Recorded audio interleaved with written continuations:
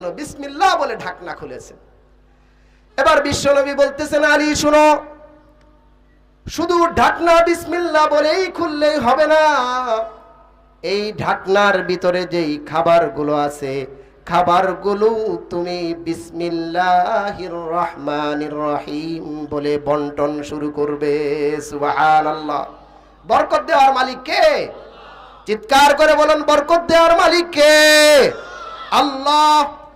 আলী রাদিয়াল্লাহু তাআলা আনহু এবার বন্টন করা শুরু করে দিয়েছেন। মেহমানরা নিজের ইচ্ছা মতো পেট পূর্তি করে খাচ্ছেন।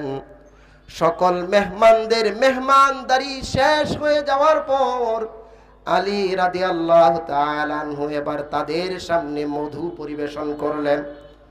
সকলেই মধু তৃপ্তি সহকারে খেলেন। মধু খাওয়ানোর পর আলী রাদিয়াল্লাহু তাআলা আনহু আবার পাত্রের কাছে চলে আসলেন।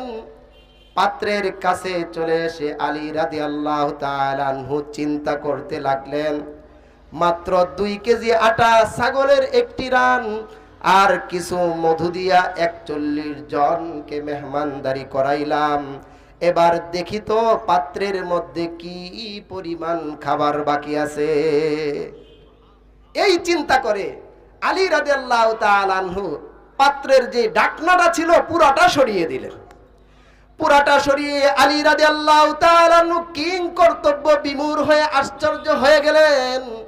আলী রাদিয়াল্লাহু তাআলা আনহু দেখতেছেন 41 জনকে মেহমানদারি করানোর পরেও পাত্রের মধ্যে প্রথমে যেই পরিমাণ খাবার ছিল তাদেরকে মেহমানদারি করানোর পরেও সেই পরিমাণ খাবার এখনো পাত্রের মধ্যে অবশিষ্ট আছে।